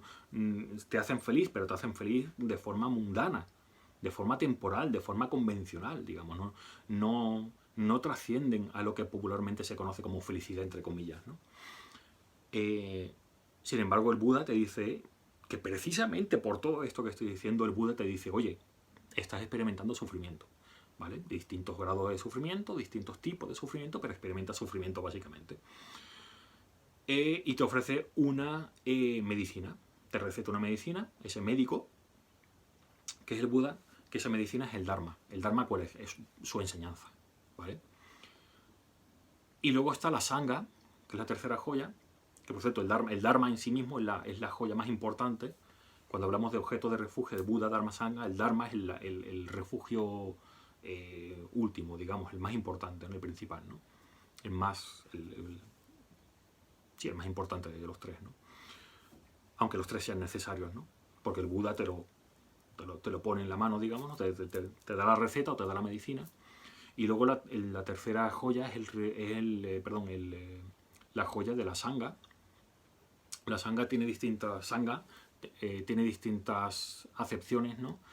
Pero como objeto de refugio de Buda, Dharma, Sangha, esa Sangha esa Sangha con mayúsculas, se está refiriendo a el conjunto de los seres iluminados, digamos, ¿no? Ya por extensión podemos hablar de la Sangha en minúscula, que es la Sangha que son todos los monjes y monjas, todos los maestros, incluso ya extendiéndonos más, ¿no? En esa Sangha con minúscula es toda la comunidad budista, digamos, ¿no? Todas las posibilidades que tenemos de relacionarnos con gente, de leer libros, ¿no? De acudir a centros de Dharma, de centros budistas y tal, ¿no? Y todo eso, pero sobre todo los seres iluminados, los grandes maestros y demás, ¿no? Todos los que nos hacen recibir el Dharma, eso es lo que se entiende como la joya de la Sangha, ¿vale? Y tomamos refugio, nuestro objeto de refugio es ese. Deja de ser la música, deja de ser el sexo, deja de ser la comida, deja de ser las pretensiones de fama, poder, incluso bienestar, ¿sabes? Son cosas que o sea, quiero decir, todo va a tener una contrapartida negativa, así que me refugio en las tres joyas que yo sé que no se van a equivocar nunca, ¿ok? Nunca te van a decepcionar. El día que te mueras no vas a poder llevarte ni tus amigos, que también son un objeto de refugio bastante recurrente, ni tu familia, ni tus posesiones, ni tu belleza te servirá para nada. De hecho, cuando te mueres, tu belleza en pocos días ya no será belleza, ni mucho menos, ¿no? De hecho, si te abrieras un poco, con nada que mires un poco dentro de ti, no tienes más que abrir la boca dentro del espejo y miras por dentro y te darás cuenta de que no somos bellos en absoluto. La persona más guapa del mundo, Miss Universo o uno de estos, ¿no? El actor o el cantante más increíblemente guapo y admirado por su belleza y tal, si se abriera un tajo y miráramos dentro, veríamos que somos todos igual de feos por dentro, ¿verdad? Todos supuramos las mismas sustancias y sangramos por igual y tenemos los mismos jugos gástricos dentro de las tripas y todo eso, ¿vale? O sea, eso de belleza es una cosa un poco relativa, ¿no? Y ¿qué más cositas? Pues esa medicina es la que, quiero decir, la Sangha, el papel de la Sangha, en ese símil del médico. El Buda es el médico que nos hace el diagnóstico, nos ofrece la medicina que es el Dharma, y la Sangha lo que hace es ayudarnos a tomarnos esa medicina, ¿vale? ¿Por qué? Porque de igual forma en que el enfermero o la enfermera te puede decir, oye, tú tómate tu medicina porque si no, no vas a dejar de sufrir, ¿no? Que es la enfermedad que tenemos, ¿no? A fin de cuentas, eres tú, no te queda otra, eres tú el que tienes que tomarte la medicina, el que tú tienes que asimilarla, el que no te puedes engañar haciendo como que te la tomas pero luego la tiras la pastilla por ahí, no. Quiero decir, en la práctica del Dharma tiene que ser, como dije antes, tiene que ser muy honesta, tiene que ser honesto contigo mismo, contigo misma. Ok. Y luego, ¿cuál es esa medicina? ¿Vale? ¿En qué consiste? ¿Cuál es el principio activo de esa medicina, ¿no? Se puede decir, ¿no? Es muy extenso, llevamos ya un rato y no quiero enrollarme demasiado, pero el principio activo, digamos, de esa medicina, de forma primordial, es comprender lo que se conoce como las 4 nobles verdades. Las 4 nobles verdades son las 4 afirmaciones del Buda. De hecho, es lo primero que enseñó el Buda, la primera enseñanza que dio, fue que, en primer término, sufrimos, ¿vale? Esa es la primera noble verdad. La segunda noble verdad es que sufrimos porque se dan causas para sufrir, causas y condiciones, como decíamos antes, ¿no? El sufrimiento no aparece como hágase el sufrimiento, no, el sufrimiento se debe a causas y condiciones que hacen que uno sufra, ¿vale? Si todo depende de causas y condiciones, significa que si alteramos la aparición o la entrada en escena de tanto la semilla o la raíz, o si cortamos esa raíz, esa causa, o alteramos suficientemente esas condiciones concomitantes, haremos que desaparezca el sufrimiento. ¿Okay? Primera noble verdad, experimentamos, el sufrimiento es verdad, es real, está ahí. En segundo término, existimos porque hay causas y condiciones. La tercera noble verdad es que es posible, precisamente por ese mismo principio, es posible extinguir el sufrimiento o que no llegue a manifestarse, que no llegue a producirse, a existir. Y luego la cuarta noble verdad es que es el camino, es el proceso, es la medicina en sí, es la liberación de ese principio activo, ¿vale? Esto, como digo, es mucho más extenso, nos podremos tirar aquí meses hablando, pero nos centramos en, o sea, el tratamiento, digamos, ¿no? Consiste en dos cosas. Por nuestra parte, como enfermos de sufrimiento que estamos, ¿no? Digamos, ¿no? Nos centramos en dos cosas. Por un lado, acumular mérito. Acumular mérito es, os acordáis que antes hablábamos de que podemos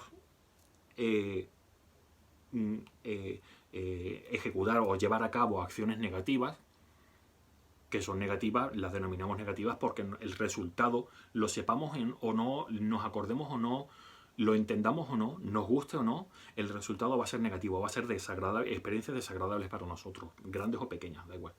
¿Okay? Desde pequeños obstáculos sin importancia, que ni siquiera nos damos cuenta de que te pique algo, a grandes dramas que nos destrocen la existencia, todo eso es resultados negativos, ¿no? Y por eso consideramos que esas acciones, esos karmas son negativos, ¿no? Luego está el karma favorable, o lo que se suele decir el karma positivo, ¿no? Que nos va a traer pues todas las comodidades, todas las condiciones que nos van a proporcionar pues lo que entendemos popularmente o convencionalmente como felicidad, ¿vale? Son comodidades, recursos de que no nos falte nada, de tener una buena posición en el sentido de que somos queridos, etcétera, etcétera. ¿Okay? Y todo esto, vale. Y demás, ¿no? Y luego, si recordáis, hace una diferencia que no se suele englobar, se suele meter dentro del saco de karma positivo, pero a mí me gusta hacer la diferencia en el sentido de hablar de la virtud, del mérito, ¿no? Y lo que queremos es acumular mérito, ¿vale?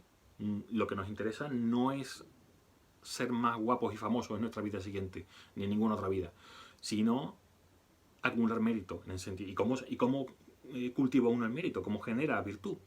Pues siendo más compasivos, más sabios, entendiendo no como sapiencia ni como acumulación de conocimiento, sino sabiduría auténtica de cómo existen las cosas, acordados de la manzana y tal, ¿no? ¿Y eso qué es lo que hace? Que no nos lleva ni a sufrir ni a tener una vida o vidas sucesivas de éxito y comodidad y facilidades, sino que nos va a acercar ni una cosa ni otra, sino a una felicidad auténtica. Nos va a acercar a las puertas de salida de samsara, como quien dice, ¿no? A las puertas de entrada del nirvana, ¿vale? Y por un lado nos centramos en eso, en acumular mérito, ¿vale? Desarrollando pues paciencia, sabiduría, compasión, generosidad, todas estas cosas, ¿no? Y por otro lado, que por cierto, no es solo, quiero decir, acumular karma no es solo no crear sufrimiento, sino no crear tampoco las causas del sufrimiento, ¿vale? O sea, es importante darse cuenta de que, perdonad porque se me ha pasado decirlo, no es solo no hago cosas porque me va a traer sufrimiento, sino o porque me siento mal cuando lo hago, por ejemplo, ¿no? Ni voy a ser una mala persona o no voy a ir matando gente por ahí, no solo se trata de eso, sino que se crean las causas de una forma más compleja, igual que el desarrollo de la manzana como planta, semilla, árbol, etc, etc, etc, de forma de árbol en árbol, de manzana en manzana, digamos, ¿no? De esa forma más a medio largo plazo es como tenemos que pensar de decir, oye, no solo voy a crear, no voy a hacer esto porque me siento mal cuando lo hago, o sé que es malo, o la gente se va a enfadar conmigo como lo haga, o me van a, no sé, voy a tener mala fama o lo que sea, ¿no? No, lo hacemos porque de forma ya más elaborada va a acarrear un sufrimiento. Entre ellos, por ejemplo, no es solo hacer cosas malas, sino, por ejemplo, aferrarme a las cosas ya se considera negativo, porque si me aferro, voy a sufrir todas las consecuencias de aferrarme a las cosas, no comprobar que no es una felicidad auténtica, bla, bla, bla. ¿Vale? Todo esto que estuvimos hablando antes. Así que intentamos cultivar lo que es la virtud, el mérito auténtico, acercarnos a la felicidad auténtica, ¿vale? No solo a cosas que consideramos positivas en general, ¿no? De forma convencional. Y por otro lado, lo que hacemos es lo que normalmente solemos considerar, o sea, lo que solemos llamar purificación, ¿vale? Purificación, ¿qué significa? Significa, quiere decir, desde tiempo sin principio, sin darnos cuenta, hemos estado dejando caer semillas, creando causas de karmas negativos, ¿vale? Sin darnos cuenta. Esa es la razón por la que nos pasen cosas malas, o seamos feos, o no tengamos dinero nunca, o nadie nos quiera, o X, ¿vale? Que nos pasen cosas que son desagradables, que son indeseables, ¿no? Y con la purificación lo que hacemos es involucrarnos activamente, repito, activamente, no solo dejarlo estar, si oye, si me pasan cosas malas, pues oye, algo habré hecho. No nos limitamos a eso. Purificación significa fijarse en, oye, tengo todavía pendiente en mi continuo mental, en mi mente, tengo todo eso, ese potencial negativo que todavía está pendiente de madurar, o sea que contar con que me van a pasar cosas malas, me guste o no me guste, porque he sembrado las semillas tiempo atrás, o en el presente las estoy causando, las estoy sembrando, digamos, ¿no? Dejando caer. Estoy creando las causas para que me pasen cosas negativas en el futuro, para experimentar sufrimiento. Pues ahora, ¿qué hago? Intento no solo detener eso y cultivar la virtud, generar mérito, sino que a la par lo que hago es intentar purificar. ¿Qué es purificar? Que es a lo que iba, es neutralizar, si no totalmente, por lo menos hasta cierto punto, detener o intentar refrenar de alguna forma los karmas negativos que todavía no han madurado, ¿vale? ¿Esto es posible? Sí, es posible, ¿vale? O sea, normalmente una de las leyes del karma, digamos, ¿no? Una de las características que tiene el karma es que una vez se crea la causa, el resultado llega sí o sí, ¿vale? Sin embargo, se puede revertir, como digo, hasta cierto punto esto. Y esto se hace por una serie de cosas de acciones, digamos, ¿no? De procedimientos, ¿no? Que es lo que conocemos como los 4 poderes oponentes, ¿vale? Los 4 poderes oponentes, para empezar, consiste en el arrepentimiento. No estamos hablando de un arrepentimiento en el sentido cristiano, de flagelarse, ¿no? Ay, ¿por qué habré hecho esto? ¿Qué mala persona soy? No, simplemente ser responsable en el sentido de reconocer que yo tengo la responsabilidad de que he hecho una cosa y que está mal. ¿Okay? Que no solo significa matar un gatito. Estamos hablando de, como digo, cualquier cosa que va a desembocar eventualmente en un resultado negativo, ¿vale? En una experiencia negativa, ¿vale? Eso que se me va a devolver, como quien dice, ¿no? Por su propia naturaleza, ¿no? Yo pego un pelotazo contra la pared y la pelota me va a venir para mí, quiera o no, ¿vale? He creado la causa, ¿no? Pues no se trata de un arrepentimiento en el sentido de ay, qué mal, ¿no? Como digo, de flagelarse, ¿no? O de qué mala persona soy, ¿no? Simplemente reconocer si reconozco que eso causa sufrimiento para mí y para los demás y no tendré que haberlo hecho, ¿okay? Ese es el poder oponente del arrepentimiento, ¿no? Del reconocimiento de la responsabilidad que tiene uno, ¿vale? No, simplemente de reconocer, ser honesto con uno mismo y decir, pues sí, lo he hecho. No se trata de una confesión tampoco, simplemente reconocimiento, ¿okay? De darse cuenta de esa realidad. No de algo puntual que he hecho, sino en general de todas las cosas que vamos haciendo que nos van a traer negatividades en el futuro, ¿vale? Luego el segundo poder oponente es el remedio. El remedio son las acciones virtuosas que acometemos con una buena motivación, ¿vale? Por ejemplo, no sé, pues eso, lo que convencionalmente llamamos llevar a cabo buenas acciones o comportarnos de forma más compasiva, más paciente, etc. ¿Okay? Eso sería el poder del remedio, ¿vale? La propia palabra lo indica, es ponerle remedio a una situación negativa que haya causado, ¿no? Ya haya experimentado ya el sufrimiento, con lo cual ya no tendré mucho sentido, ¿no? Porque ya lo he experimentado el sufrimiento, pues ya, ¿para qué? Pero por lo menos para evitarlo en el futuro, ¿no? O bien para que todo no llegue a presentarse, o por lo menos no llegue a presentarse con toda su potencia, las malas consecuencias de un karma negativo que he echado a rodar, ¿no? Digo, que ya la semilla ya está ahí creciendo sin que yo pueda hacer nada por hacerlo, por remediarlo, ¿no? Pues el remedio es precisamente eso, es hacer lo contrario. O sea, he dejado caer semillas de una planta venenosa.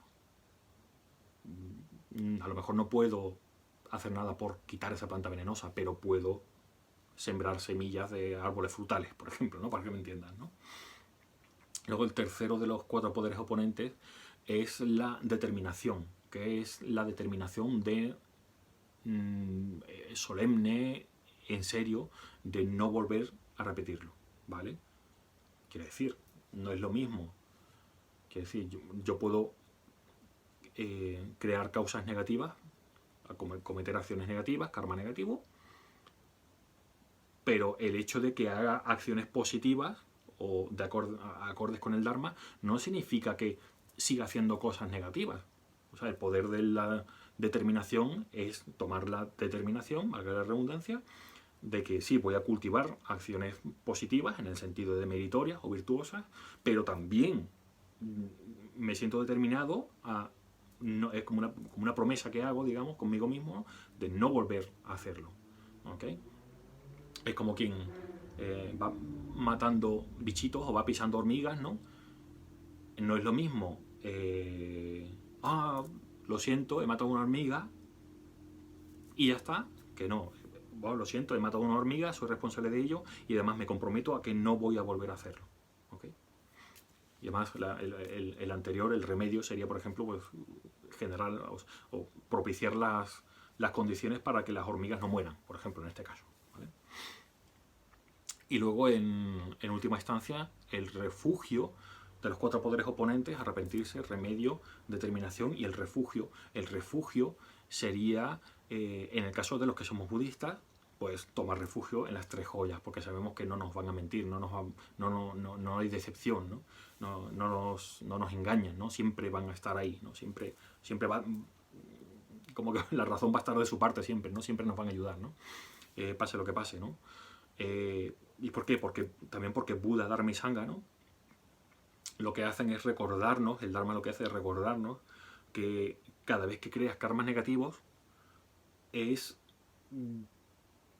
que igual, si no eres budista, igual no te has dado por pensarlo, es que si creamos karmas negativos es siempre en dependencia del resto de los seres.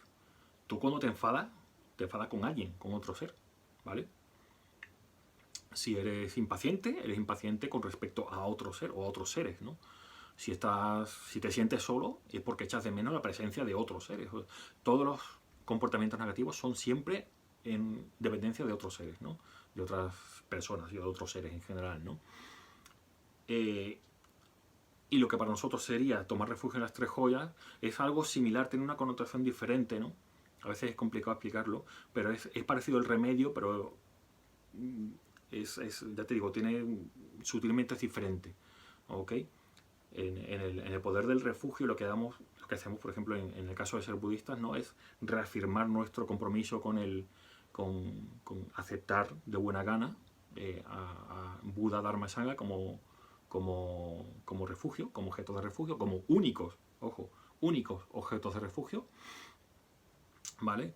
Y si uno no es budista, pues es darle la vuelta a la tortilla, en el sentido de en lugar de portarme mal, pues utilizo esa conciencia que tengo, ser consciente de que a lo mejor me he portado mal con alguien, ¿ok? O en general, ¿no?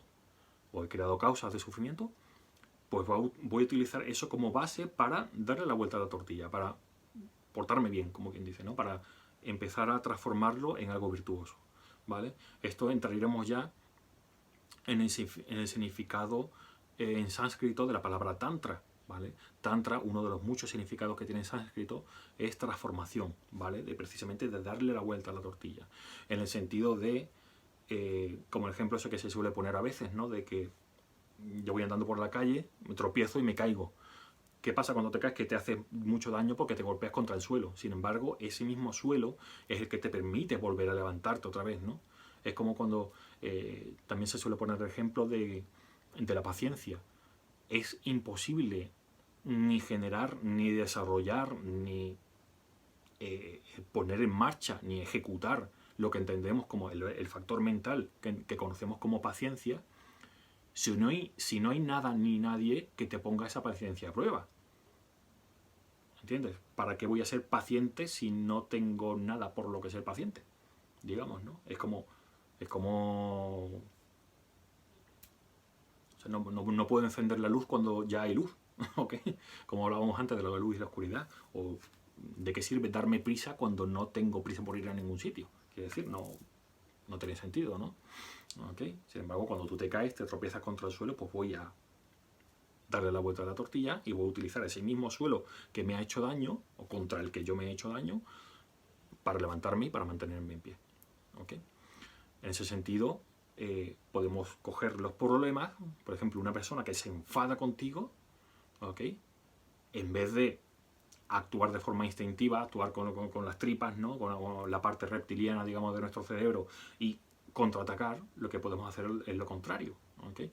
Si una persona se enfada conmigo, lo que tenemos que pensar es qué oportunidad más valiosa que tengo de practicar la paciencia, practicar la compasión por esa persona, porque si se enfada conmigo o con quien sea es porque lo está pasando mal esa persona, pues voy a intentar escuchar qué es lo que tiene que decir esa persona, intentar ayudarla, corregir lo que haga falta, corregir en mí para que esa persona deje de estar enfadada conmigo, porque se está enfadada por algo, ¿no? Y lo que yo quiero es que los seres no sufran, ¿ok?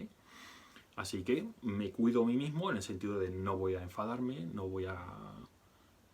voy a estar centrado en el comportamiento que se supone que tengo que tener, en vez de atacar, entrar al trapo contra esa persona. ¿Okay? Eso es un ejemplo de lo que sería el poder del refugio también. ¿Okay? Pero técnicamente hablando, lo que estaremos hablando a nivel didáctico, digamos, estaremos hablando del refugio de las tres joyas, ¿no? Como ser, en el sentido de ser budistas, ¿no? ¿Okay? Porque las tres joyas son las que nos explican todo eso. El Dharma es lo que nos explica es todo estos comportamientos, ¿no? De darle la vuelta a la tortilla y demás, ¿no? ¿Okay? Luego, ya no nos queda mucho, es los votos y compromisos. ¿Se supone que tengo votos o tengo compromisos? ¿Hay algo que esté obvio? Quiero decir, ¿la religión budista me obliga o me prohíbe algo? No tendríamos que verla de esa forma. Hay votos que no hay que verlos como mandamientos. No hay que verlos como mandamientos en el sentido católico de no hay que matar, no hay que hacer esto, está prohibido no sé qué, está prohibido no sé cuánto, ¿no? En el cristianismo como en otras religiones, ¿no? Mi religión es que me prohíbe no sé qué. No, yo es que soy judío y no hago tal cosa. O no tomo tal tipo de alimentos porque soy musulmán. O porque no. Sino se hace se hace como herramienta de nuestra adiestramiento mental. Igual que las postraciones nos ayudaban a combatir, apaciguar, digamos, el ego un tanto exacerbado, ¿no? No exacerbado, sino sí, el ego, que siempre quiere ser el protagonista, ¿no? El alma de la fiesta, ¿no? Y siempre quiere recibir todo lo mejor, pues las postraciones son simplemente no un culto, digamos, religioso, no una entrega a los seres superiores, no es nada de eso, ¿no? Simplemente nos ayuda a ser más humildes y demás, ¿no? Es una forma de, ¿okay? Una herramienta, como digo, ¿no? No es la panacea, es una herramienta sin más, ¿no? Pues los votos tienen la misma función, ¿ok? No deben ser vistos como prohibiciones o como obligaciones, ¿no? Que tampoco te asustes porque no son nada del otro mundo en realidad, sino como herramientas que nos liberan, herramientas que nos dicen, oye, qué bien, o sea, si tú tienes que arreglar una tubería o lo que sea, no puedes si no tienes la herramienta, ¿no? Con las manos desnudas no vas a poder, ¿ok? Así que tienes una herramienta y esta herramienta no te está limitando, te está ayudando a que puedas hacer lo que sea que tengas que hacer, ¿vale? Y cuando una persona es budista, cuando ya dice, oye, pues sí, reconozco que Buda, Dharma, Sangha son los... una vez uno realmente ha reconocido, o sea, conoce, ha recibido enseñanzas y consiste cuáles son las en cierta profundidad por lo menos cuáles son las cualidades del Buda, las cualidades del Dharma, las cualidades de la Sangha, y uno ya está más familiarizado, entonces dice, pues sí, ya más honestamente tomo refugio en Buda, Dharma, Sangha, las tres joyas, ¿no? Y desde ese mismo momento se toman 5 votos básicos, ¿no? Fundamentales, ¿no? Que esos son comunes a cualquier persona budista del mundo, da igual que sea budista tibetano, que sea zen, que sea theravada, lo que sea, ¿no? Que sea laico, que sea monje, lo que sea. Siempre tienes que tener esos 5 votos laicos por el hecho de considerarte budista, ¿no? Que son no matar, luego no robar, no quedarte con lo que no es tuyo, básicamente. No solo objetos materiales, sino en general, ¿vale? No mentir, que también implica pues no darle la vuelta a la realidad, como quien dice. No solo decir mentiras directas, ¿no? Sino exagerar las cosas para beneficio propio, con un interés egoísta, y eso, pues eso se puede considerar mentir, por ejemplo, ¿no? Luego mantener relaciones sexuales inapropiadas, que esto a veces genera mucho debate. Básicamente, tradicionalmente, con sexo inapropiado nos estamos refiriendo a no tener sexo de forma que cause sufrimiento ni a uno mismo ni a los demás seres. Por ejemplo, y de forma fundamental, los textos más clásicos y tal hablan de no mantener relaciones sexuales con una persona que ya tiene otra pareja. O bien que uno mismo no tenga amantes, digamos, ¿no? Pero en general se puede ampliar a cualquier tipo de sexualidad que nos haga separarnos del Dharma, como quien dice, ¿no? Y crear sufrimiento y demás, tanto uno mismo como los demás, ¿no? De hecho, hay personas, no es muy habitual, pero sí hay, la verdad es que sí hay budistas que deciden no tener ningún tipo de actividad sexual, ¿ok? Se lo toman como compromiso, ¿no? Y son célibes, ¿no? Simplemente porque consideran que es una distracción innecesaria y no les llama la atención, ¿okay?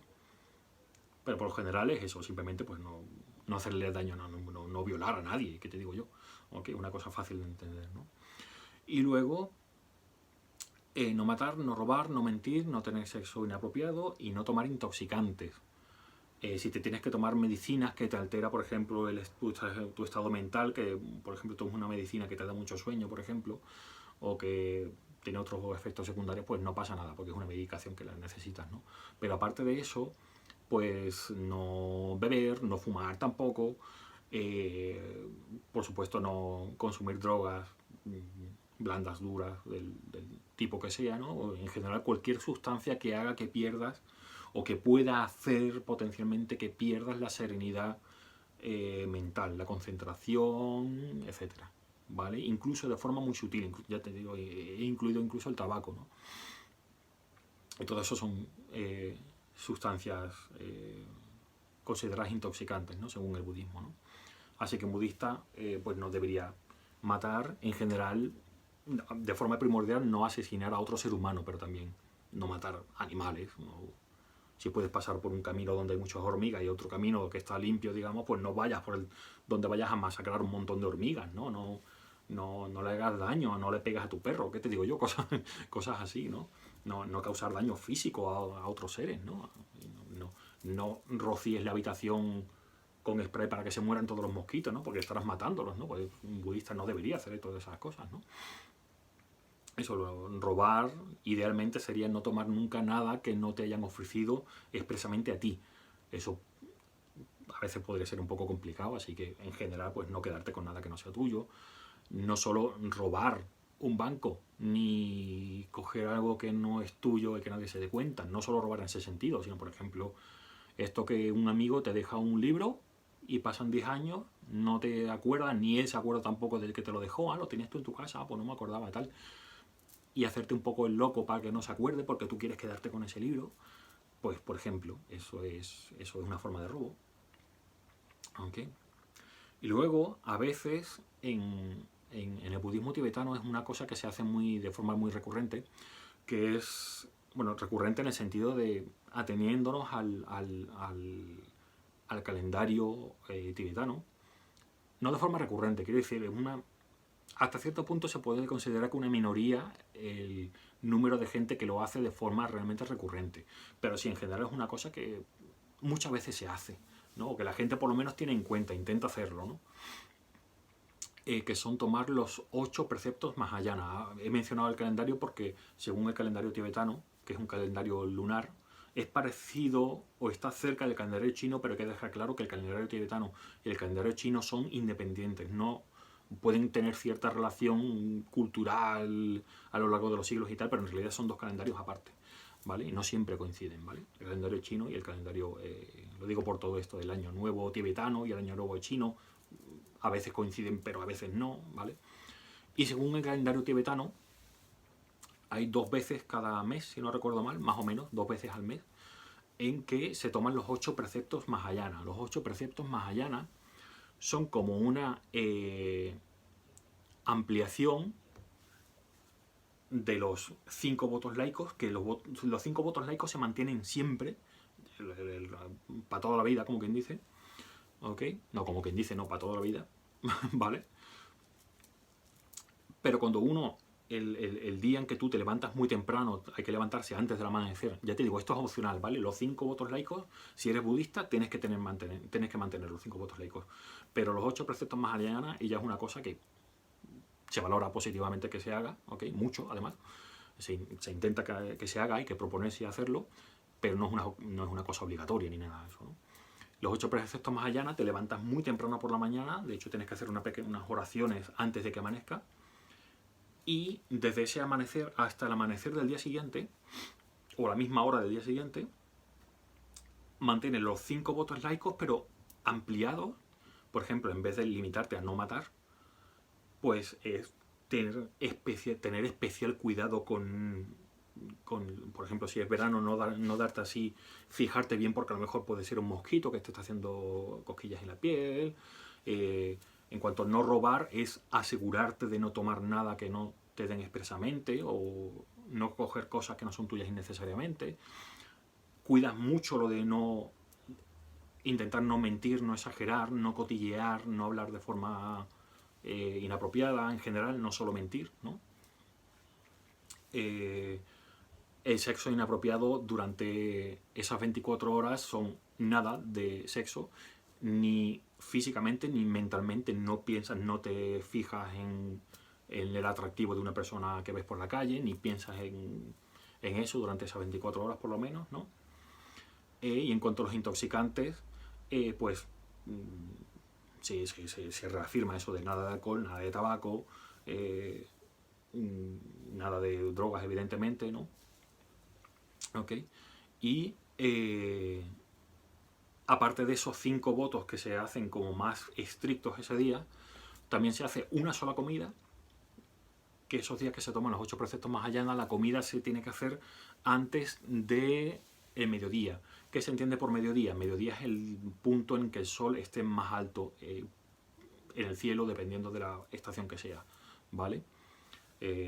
Lo cual según la época del año pues puede ser bastante temprano, a lo mejor son las 12:30 del mediodía y tienes que ir terminando de comer ya. Y no se vuelve a comer nada hasta el amanecer del día siguiente. Solo se puede tomar, si quieres leche, tiene que ser disuelta en agua, o zumos, tiene que ser sin colado, sin pulpa, cosas así, ¿no? Te puedes tomar a lo mejor un té o lo que sea, eso no hay problema, ¿okay? Luego, no sentarse en sitios ni dormir en sitios lujosos, altos, una cama grande, etc. Eso es un tanto flexible en el sentido de que, por ejemplo, si ese día no debería dormir en una cama grande ni sentarte en un sitio como muy imponente y tal, ¿no? Pero si en tu casa resulta que es que todos los asientos son muy grandes y lujosos porque que tú vives así, porque tu casa es así, y duermes en una cama alta y muy grande, muy lujosa, pero porque simplemente no tienes otra cama, es la única cama que tienes, pues entonces pues no pasa nada, ¿no? Pero a ser posible, quiero decir, no... por ejemplo, ese día no dices, no, voy a poner la colcha más bonita y más... y la manta que más me abrigue, más cómoda y más perfumada, ¿ok? Ese día pues no lo haces, ¿no? Duermes de forma sencilla, ¿ok? Te sientas en un sitio sencillo o incluso en el suelo o lo que sea, ¿no? Siempre que las circunstancias pues lo, lo- lo permiten y correspondan, ¿no? Ese día tampoco hay entretenimientos en el sentido de que uno no toca música, ni la toca uno mismo, ni pone música para escucharla, no se baila, no se juega a nada en general, no... O sea, puedes mirar internet, pero tienes que estar siempre consciente durante esas 24 horas, tienes que estar consciente de, por ejemplo, estoy mirando cosas en internet, vale, pero porque estoy haciendo algo en internet, no porque esté mirando las redes sociales, o porque me aburra, o porque esté jugando un juego, todo eso no se hace, no se oye música, eh, de forma óptima, pues no se ve la tele para nada, ¿no? A no ser que, oye, necesito ver las noticias porque están diciendo algo importante o lo que sea, pues no pasa nada.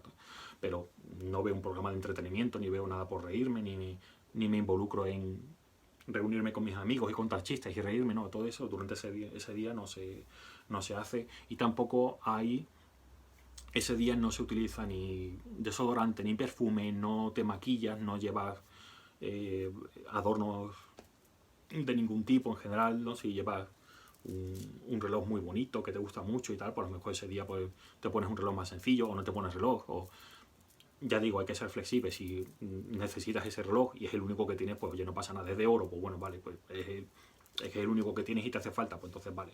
¿Ok? Pero lo suyo es no llevar nada de eso, ni adornos de ningún tipo. De hecho, lo que lleves habitualmente, lo suyo es quitártelo. Si llevas a lo mejor algún piercing que se te puede cerrar el agujerito, si te lo quitas, pues bueno, no pasa nada, pero no hacer ostentación, ni ir a la peluquería ese día, ya te digo, ni siquiera ponerte desodorante, nada de eso, ¿vale? Y todo esto se hace, tanto los 8 preceptos Mahayana, que ya te digo, es una cosa como más opcional, ¿no? Que se hace a veces, ¿no? Y no todo el mundo, ¿no? Todos estos 5 votos y todo el comportamiento en general que tenemos durante toda la vida, digamos, ¿no? Como budistas que somos, ¿no? Nos atenemos a lo que son llamadas las 10 acciones virtuosas, que son 10 cosas que deberíamos propiciar, ¿no? Y que a veces se dice que hay que combatir las 10 acciones no virtuosas, pero en realidad son lo mismo, pero lo que tienes que hacer es lo mismo que lo contrario de lo que no tienes que hacer, ¿no? Y esas 10 acciones no virtuosas serían, pues, matar, es decir, no hay que matar, no hay que robar, no hay que tener un sexo inapropiado. Si os dais cuenta, tiene mucho paralelismo con esos 5 votos, ¿no? No mentir, no insultar, no hablar de forma desagradable o hiriente o malintencionada,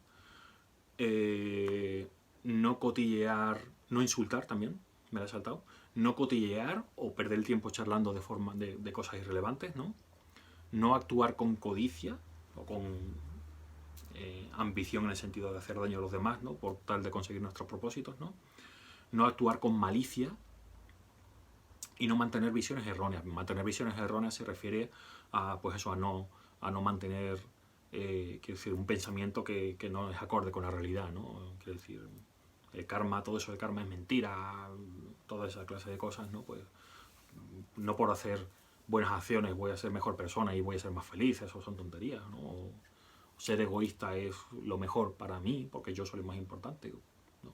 Pues eso son visiones erróneas, ¿no? ¿Ok?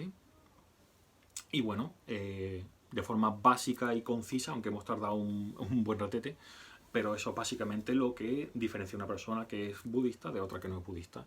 Y ser budista de forma muy sucinta, de forma muy comprimida, digamos, es en esto, en lo que consiste ser budista, ¿no? Luego se puede desarrollar muchísimo, ¿no? ¿Vale? Todo esto y mucho más lo tenéis en este libro, Budismo Tibetano desde cero, que soy su autor, y se acaba de publicar hace poquito, ¿ok? y aquí debajo podéis ver los enlaces para conseguirlo, ¿vale? Okay, y ver más información, ¿vale?